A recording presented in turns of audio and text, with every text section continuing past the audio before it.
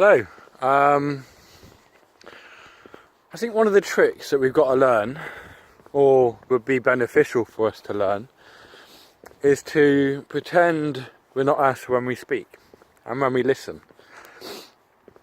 It's a kind of, we already know that this is the most effective way of looking at stuff and learning stuff, because we use it in the realm of like capitalist production, in fixing machines that are broken that we want to fix. We don't, there's a kind of stress that's involved in it, but we don't interpret the failure of a radio or computer as anything to do with us. We just see it as, there is this thing, I want this thing to do, it's not currently doing it, let's try and figure out how we can make it do it.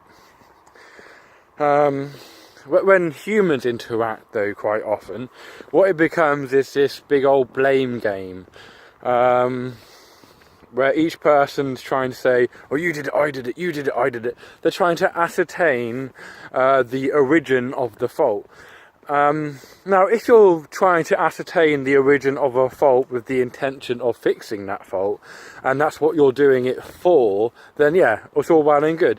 And if that is actually what you're doing that for, then what you will do is you will look until you either find the origin of the fault or a theory that makes sense of it, or you will quite rapidly come to the conclusion that you are not able to find the origin of fault, and then you move on to trying to fix the fault.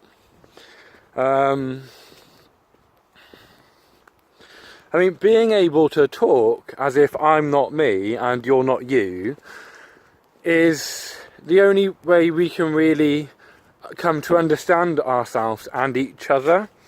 Because really, when I say, what I'm criticising here is talking as if I am me.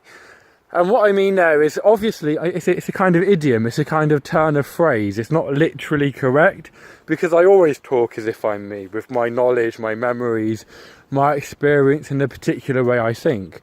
So when I say we should try and learn to talk as if we are not us, I'm not saying that. Really, what I'm saying is most people's conversational talk is a constant attempt to assert that they are a certain identity, or that somebody else is a certain identity. And instead of trying to assert such a thing, maybe we should just forget about that whole thing and just talk about what actually happens as it happens, and our memory of how it happened before. Because really this whole identity thing is a kind of a sense of ownership, and again a sense of that I'm worthy of blame or responsible, or I'm in control. And what's really happening in reality, all that's happening is that stuff is happening, right? And stuff that happens over there, I'm pointing at you, you call yours, and stuff that happens over here, we call mine. Stuff that happens that I'm aware of but you're not aware of, we call my stuff, and vice versa. But this whole trying to claim ownership of something, or trying to claim that you don't own it, both the sides of that dichotomy are kind of stupid, because there's just stuff happening. And then after the event, we look back and we say, I did that, that's mine. And so it's also what I call speaking from reality, but speaking as if I am not me, is dropping any attempt to maintain that illusion, to maintain that construct of there being an I here who's in control and is at fault for whatever, and an I there who's in control and is at fault for whatever.